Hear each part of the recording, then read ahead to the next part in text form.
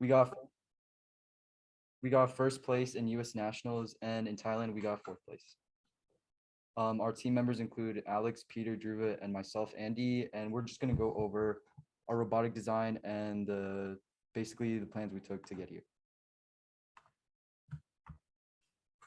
Okay, so first our abstract. We're gonna go over a couple large topics such as our introduction, hardware, sensors, movement, victim detection, maze navigation, and finally our reflection. So starting with the introduction. All right, so what exactly is RCJ Maze? For anyone who doesn't know, it's basically where a competition where a team of maximum of 4 people build a robot to navigate a maze that's made up of tiles that are 30 by 30 centimeters in size. And in this maze, the robot has to not only traverse the environment, but also deal with victims such as these squares that are like on the walls. There are letter victims as well as color victims, and the robot has to detect them and give them rescue kits to earn points. There are also physical obstacles such as this obstacle that stands in the middle of the maze, as well as speed bumps on the ground and stairs, as well as ramps. And you may also see there are these different colored tiles. There are black and silver tiles. They represent holes and checkpoints, and the robot must avoid falling into holes. And when a robot reaches a checkpoint, they can start on it on the next run. So now we're going to be talking about the hardware of our robot. So our robot design is made up of a couple main components. The first would be our chassis. This was built out of metal beams and sturdy materials, so it would be as robust as possible. We also had several 3D printed sensor mounts to make attaching them and detaching them easier, which may, if any sensors were like broken, we could easily add a new one in without having to make too many changes. And in addition, our dropper is made out of 3D printed parts that are designed to drop rescue kits on either side of the robot. You can see there are 3 pieces below. And how it works is that the rescue kits are stored in this tube. And as they fall onto this plate, this other plate will spin them either left or right, dropping them on either side of the robot. So here we have a video of the dropping mechanism in action. So as you can see, the robot sees that there is a harmed victim, so it will drop 3 rescue kits. And you can see the rescue kits are dropping out of the side right there.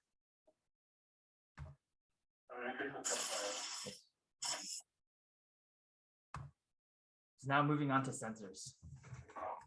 So on our robot, we used a variety of different sensors to traverse the maze. So one of our most important sensors was the time of flight sensors, and we used one time of flight on the front and one on the left and one on the right. So these were basically just distance sensors that measured distance in centimeters, and we use this to detect walls so we can map our maze.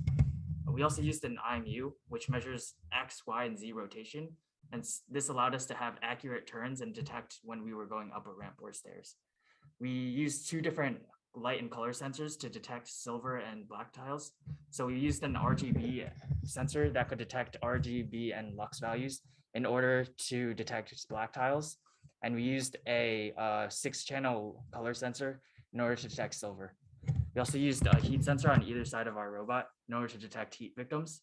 But since this was a 3.3 volt sensor, we had to also use a logic level shifter to be able to use it with our 5 volt I2C bus. We also use 2 limit switches at the front of our robot, which you'll see on the next slide. So here are pictures of our limit switches. As you can see, we crossed the limit switches here so that no matter where in the front of our robot an obstacle touched, our robot would be able to detect it. So now moving on to movement. So our movement system was a chain and sprocket system. Basically, we had 2 wheels on either side of our bots that had gears attached to them. And then there was a chain that attached the 2 wheels on either side of the bot. This allowed the wheels on either side to move together, which basically allowed us to more effectively move over speed bumps. Now, we used a variety of movement functions in order to take advantage of our movement system. So first, we use something called PID, which stands for proportion, integral, and derivative. But really, we only use proportion and integral. So basically what proportion did was when we moved forward or when we turned, we used proportion to control our speed so that we could slow down once we were getting near the target so that it wouldn't overshoot. We used integral so that if our robot got stuck, what integral would do is it would slowly increase our speed to try to get us unstuck.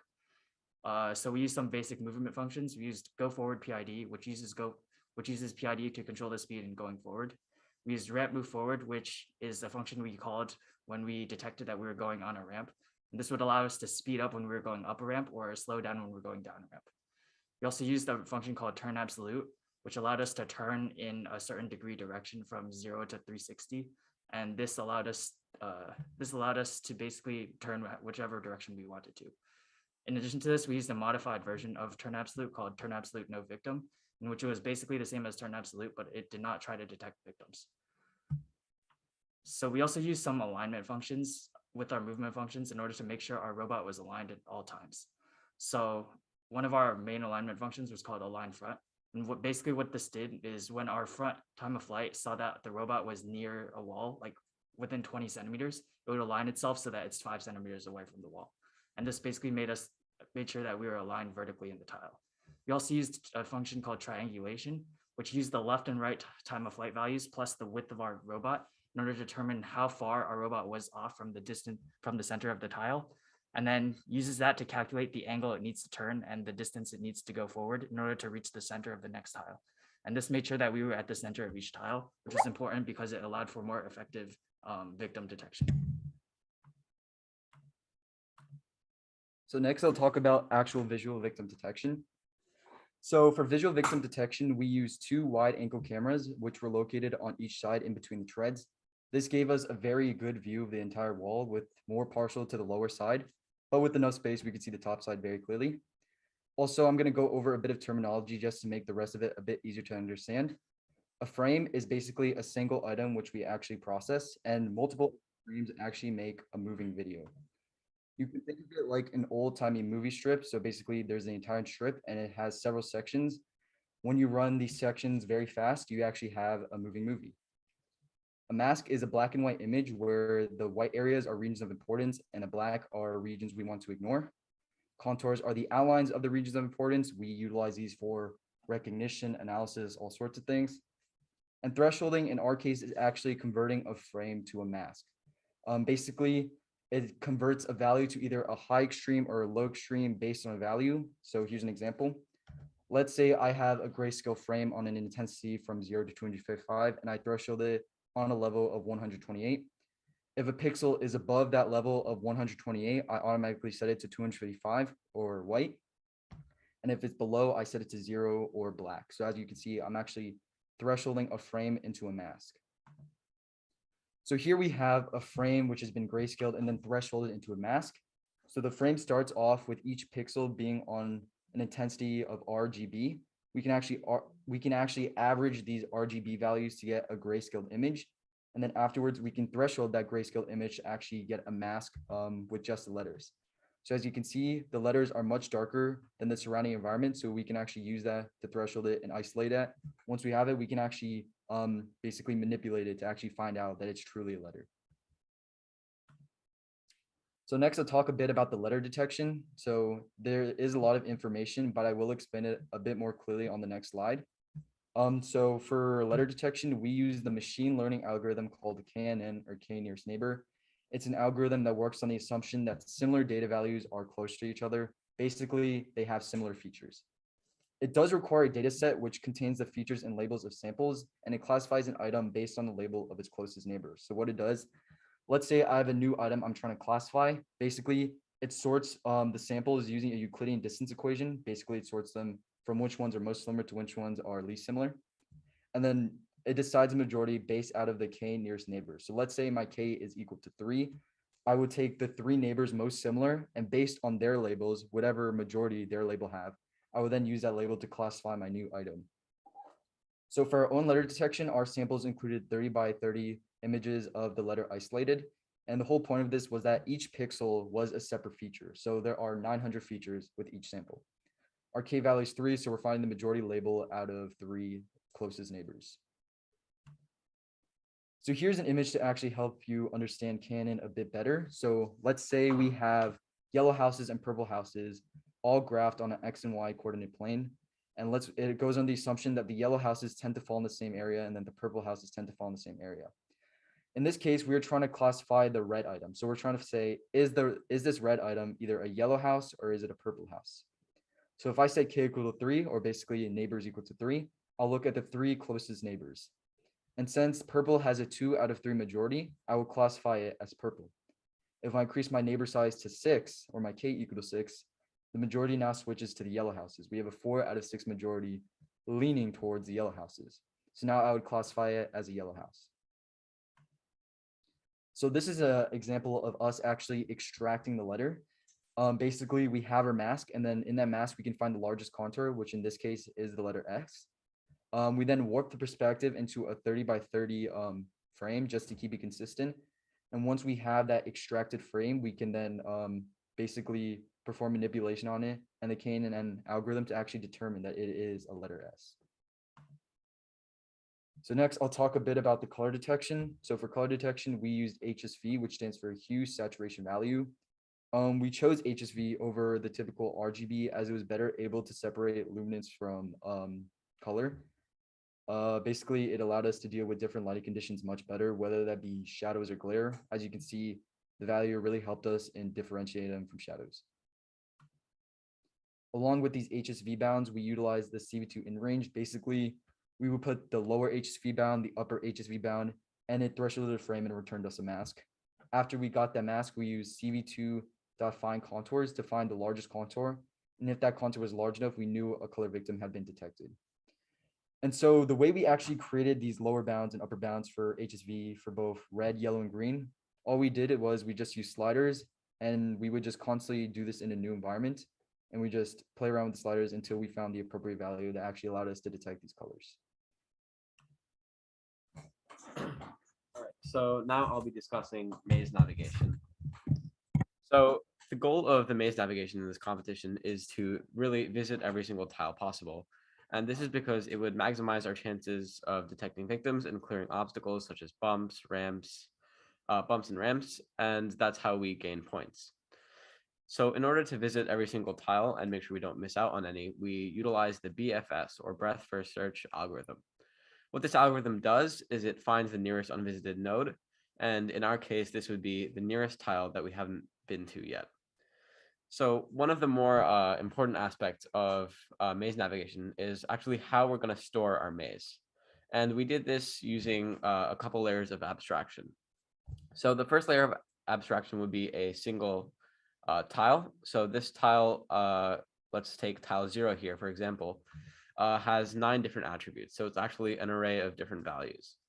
These 9 attributes would be 4 walls for each of the 4 directions, victims for each of the 4 directions, and then special tile types, such as this black tile over here, the light blue and dark blue tiles, which signify ramps, and something like this checkpoint tile right here.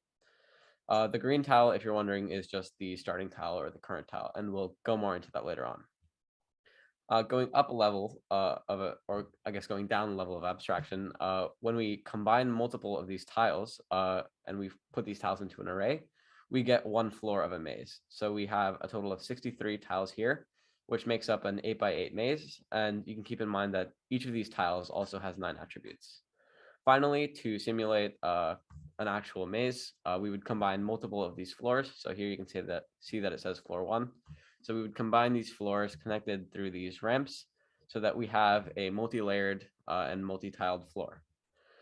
So this came in really useful because we could easily customize the sizes and easily customize the different mazes that we tested on using a simulation. So this simulation was really useful, as I mentioned, because we could customize, say, the wall percentage. So in this case, this would be about a 10% distribution of walls. We could customize the number of black tiles or holes. We could customize the number of silver tiles, and we could customize the entire maze size in order to test. So why did we create a simulation? Well, creating a simulation was imperative in this competition because without a simulation, it would simply be impossible to test every single possible case. Something like this maze here can be generated randomly in less than a second, but to test something like that, to create the maze and put a robot in it, would be impossible on this many cases to test every single edge case. So now I'm going to walk you guys through a demonstration of this simulation. So I'll give me a second as I switch over that. So over here, if we run this program, you can see that the simulator has generated 3 different floors. So these 3 floors represent the 3 floors of the competition, and I'll just quickly go over what each of these tiles represent. So over here we have our floor 0, our floor 1, and our floor 2. So the way that you would visualize this is that floor 1 is the bottommost floor, and then that floor 1 is the next floor above it, and then floor 2 is the topmost floor. These floors are connected through ramps. So this dark blue tile here is a ramp going up this way. And this would basically come out of this blue tile up here. And then again, going up, going through this dark blue tile over here, comes out to this next floor. So let's run the simulator just so you guys can get an idea of what's happening. So when I first start the simulator, our robot doesn't know anything about the maze, hence why the entire maze is blank. So our BFS algorithm immediately runs when we start it up. So here we have our starting tile. And as you can see, the BFS has generated or calculated the next tile. So this would be the target tile or the nearest unvisited tile, as we discussed before. So if I simply press any key, we can see that we move ahead, and our green tile or our current tile is where the previous target was. So we've, in essence, moved to that tile. And once we've moved to that tile, we update our data values. So we check for walls on each of the sides, and we update our maze to reflect that. So if we keep running through the maze, you can see that it keeps building the maze. And in some cases, like this one, the target tile or the nearest tile that we haven't been to isn't directly next to the tile. In this case, just to make things easier, we mark the tiles in between in the path with this yellow color. So if I continue running through this, you can see that we hit a checkpoint, which can easily be returned to. And then if we just keep running this, you can see we avoided a black tile effectively. And right here, we went up a ramp. So by going up this ramp and coming out of this top area, we've moved from this middle floor to the top layer. And you can see that our simulator continues going through this floor. So as I mentioned, this was extremely useful in being able to test new features effectively. So by just being able to run this on a different setting. So for example, instead of waiting for a key press, now it will automatically go through the maze by itself. It was really useful to test to see if there were any errors after we made a change, as we could just keep this running for a couple minutes to see if it encountered any bugs.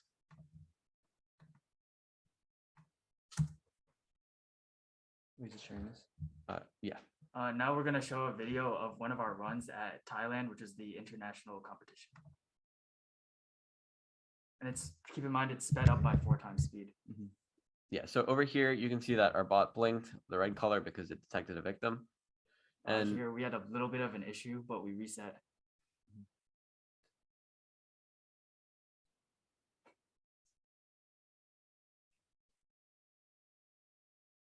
so, yeah, as it goes through, you can see that it's trying to discover every single tile possible. And as it's doing that, it's searching for victims, such as this S over here.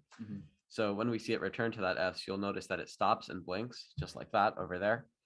And it'll drop off these rescue kits.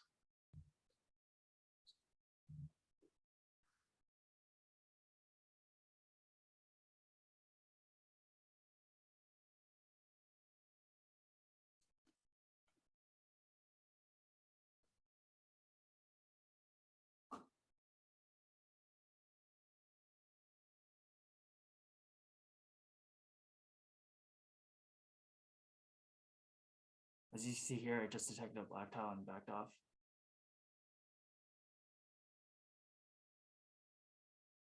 Yeah, and now it will discover that, Eventually. yeah, eventually it will return back to the start once it's cleared the entire maze. So here you can see it detected the S and glowed, and now it's just going to return to the start since it's visited every single tile in the maze.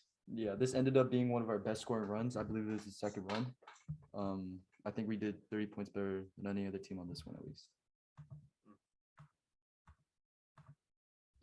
So now I'll talk a bit about the engineering journal. So the engineering journal was one of the most important aspects of our robotics design.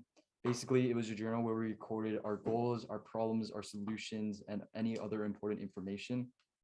We did it at the end of each day, and it really helped us keep organized throughout the entire process, and is one of the things we wholeheartedly recommend when you do this competition.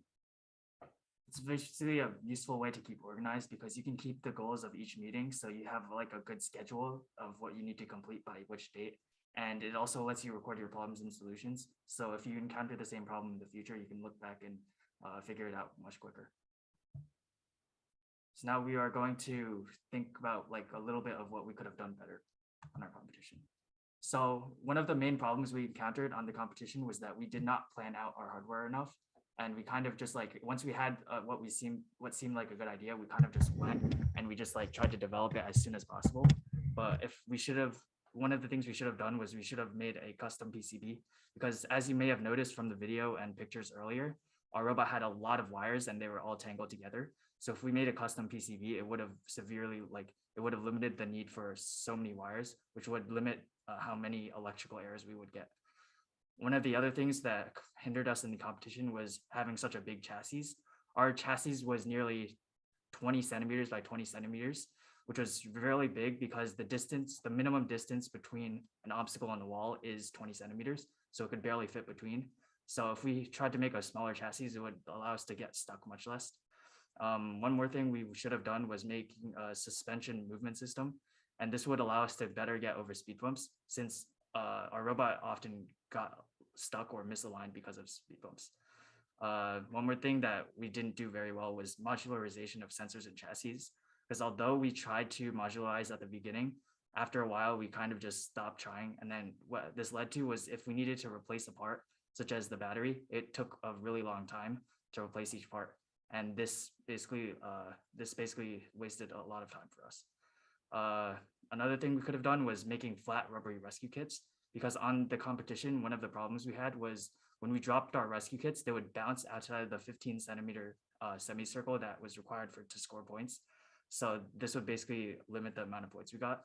So having flat rubbery rescue kits would allow these kits to stick to the ground instead of bouncing. And one last thing that was probably the most important was not making any last minute changes, because during the competition, right before some runs, we made some last minute changes. Even if it seems small, like such as speeding up the robot's movement speed, it often hindered our performance. So for example, when we tried to speed up the motor speed, our robot, when trying to go down a ramp on the next run, flipped over. Oh, Thank you for listening to our presentation. Are there any questions?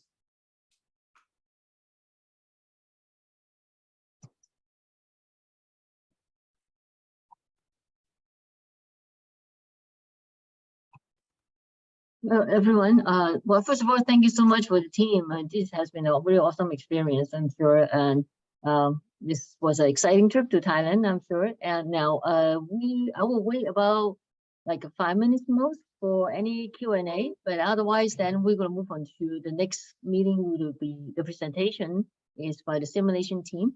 And I also put the direct link at the chat so that you guys can get off from this meeting and go on the other one. I apologize for the inconvenience here, but this has been a really, really good presentation.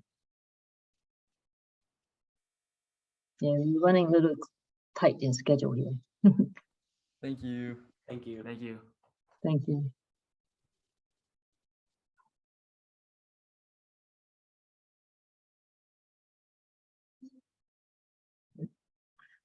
Okay. Thank you, guys.